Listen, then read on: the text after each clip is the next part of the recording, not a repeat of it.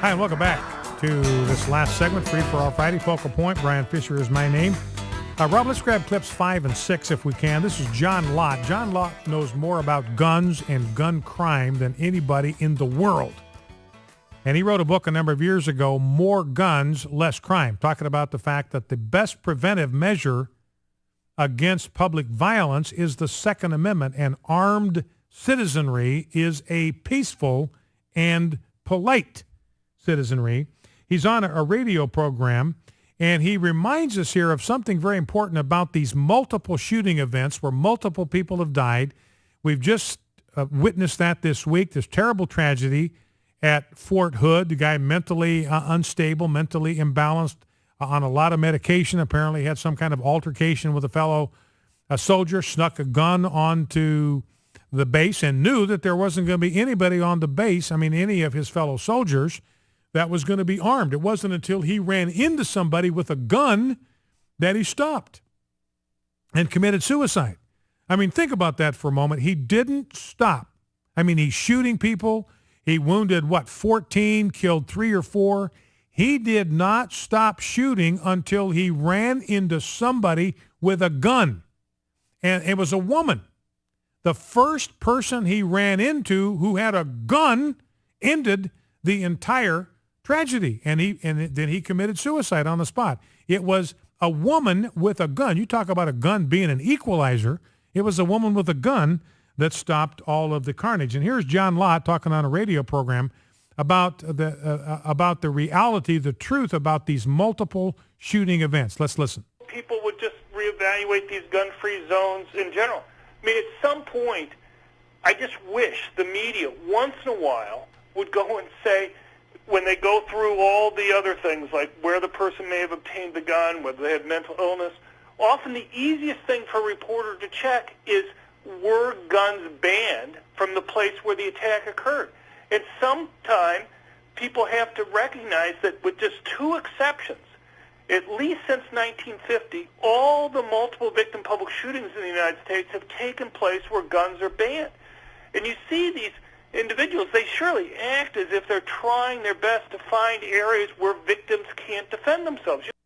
So he says, look, you go back to 1950, and all of the public shootings where there have been multiple victims, all but 2 of them have been in gun-free zones. Here is the next clip, Rob, in the list, clip number 6. Here is John Lott giving a couple of examples of these gun-free zones as the place that shooters pick and target because they know there will be nobody there who can stop them. Look at the Aurora movie theater shooting in 2012. There you had 7 movie theaters within a 20-minute drive of the killer's apartment. Only one of them banned permanent concealed handguns with posted signs. The killer didn't go to the movie theater that was closest to his home. He didn't go to the movie theater that advertised itself as having the largest auditoriums in the state of Colorado. He went to the single place where permanent concealed handgun holders weren't able to go and defend themselves. You see this at mall shootings. You may have 7 malls in Omaha, Nebraska that are enclosed. Only 1 banned permanent concealed handguns. Guess where the attack occurred there?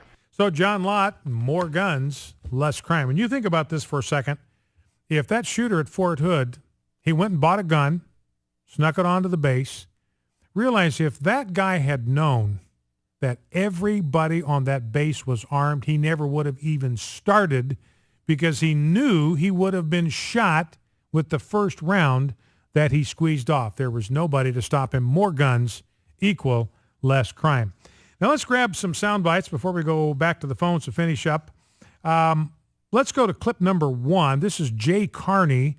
Now, both Hillary Clinton and Robert Gibbs have said, look, the employer mandate not going to survive. It's history. It's out of here. It's not going to last. It's going to go.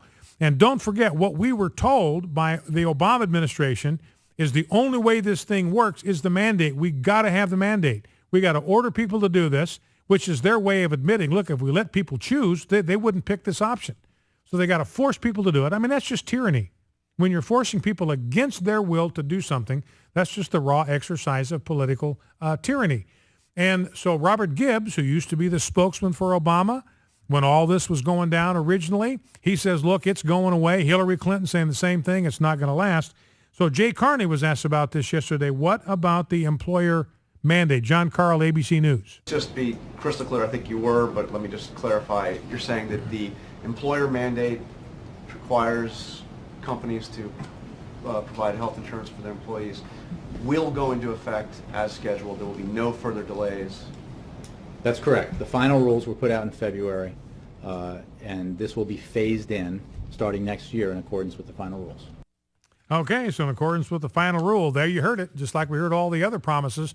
Remember Kathleen Sebelius said about March 31st, no delay, that's fixed in stone, that's the law of the Medes and Persians. Now the delay has been extended, or the deadline has been extended to April 15.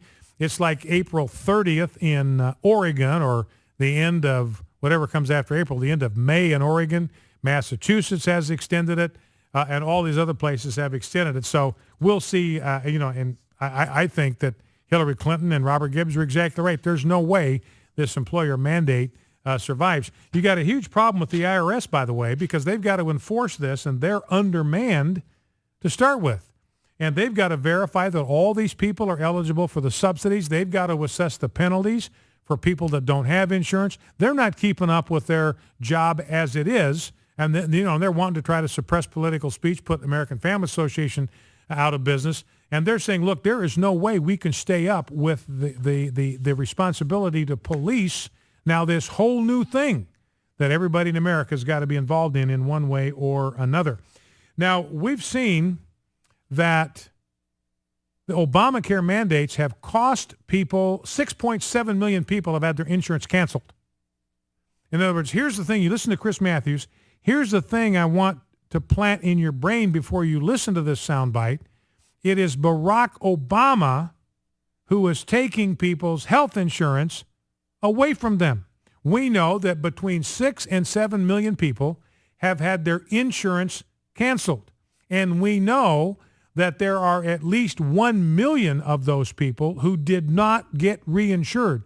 So they're at the very minimum, there are 1 million people right now that had insurance before Obamacare went into effect who do not have it now. And there's more of that to come. When that employer mandate kicks in, employers are going to bail on employer-based insurance one after another. So here is Chris Matthews, and listen to this bilge. Let me finish tonight with this. Possession is 9/10 of the law. Well, that's a pretty good way to look at the Affordable Care Act and what the president had to say today. He's right. Are the Republicans ready to take away what people have, the health insurance that is now a reality in their lives? Are the Republican candidates and office holders truly willing to say, that's it, it's all going away, we're going back to square one, back to the days when politicians decried the tens of millions of uninsured people hobbling into emergency rooms for basic health care? President Obama and a Democratic Congress have together created what is an Israeli prime minister once called new facts. 5 years ago, when we argued about health care, we argued about what wasn't. Today and in the future, when we argue about health care, we argue about what is. And what is in the hands of millions of American people now. Health care is in their possession. The question is, who will have the nerve to go to them and take it away? I think that is something the Republicans in Congress might have to begin thinking about long before they actually try to do it. So Chris Matthews oblivious to the fact that the one who has taken people's health insurance away is Barack Obama. One last clip, and then we'll finish with a couple of phone calls. Clip 4, Rob. This is Representative Jim Jordan talking with a Dr. Scharfstein from Maryland. Maryland is the outfit. Their healthcare thing was such an incredible failure that they're scrapping it all together, dumped $125 million down a rat hole, going to start over. And Jordan is pressing him on the number of people that have lost insurance in Maryland compared to those who have gotten it. Our reports, according to AP, what's been, press accounts, 73,000 folks, 73,000 individuals in Maryland were going to lose their insurance because of the Affordable Care Act. And what you're telling me is your revised goal is approximately the same number, 75,000. So your revised goal of people you're going to sign up is we're going to sign up the people who were kicked off of the Affordable Care Act. No, you're comparing apples and oranges, with all due respect. I'm comparing people who got kicked off because of this law, and I'm comparing the number you say you're going to sign up through your exchange, which is far below, roughly half of what the initial number that CMS gave you. All right, so Jim Jordan says, look, you're barely breaking even on this, if that, because all these people have been canceled, and now you're telling us how many people you've signed up, and the numbers are basically the same. So you're not gaining any ground here. There aren't any new people that are insured now that weren't before this debacle started. Let's go to Ben in Virginia. Ben, welcome to Focal Point with Brian Fisher. What's on your mind? Hello, Mr. Fisher. Howdy. I'm a high schooler, and I just want to talk about homosexuality for a little bit. Yes, sir. Got about a minute. Okay, excellent. What I was just going to say is I find homosexuality to be a nuance, per se, in human behavior, and I just don't understand why our government would adopt something such as that, and I just believe that it's going to set an example for other people and other nuances in human nature, and then they're going to try to implement that into government. I just see it as more or less the beginning of a landslide or some sort of moral catastrophe, per se. So I just wanted to state that idea. All right, Ben. Well, listen, I appreciate your call very, very much, and you are perceptive beyond your years, because we have made the point all the way along. This is exactly Ben's point. He's dead right about this. Once you break the threshold, once you cross the threshold that marriage is the union of one man and one woman, there is absolutely no place to start. It goes to homosexuality, then it's going to go to polygamy, then it is going to go to transgenderism, then it is going to go to incest, then it is going to go to pedophilia, and finally it's going to go to bestiality. It's inevitable, just a matter of time. Well, that's it for today. Thank you for tuning in. Thanks for listening. Hope you have a fantastic weekend. Do not forget to bow low before God, stand tall before man, stand in the gap. Never forget, we are fighting a winnable war. You're free to move about the weekend. See you on Monday. The views and opinions expressed in this broadcast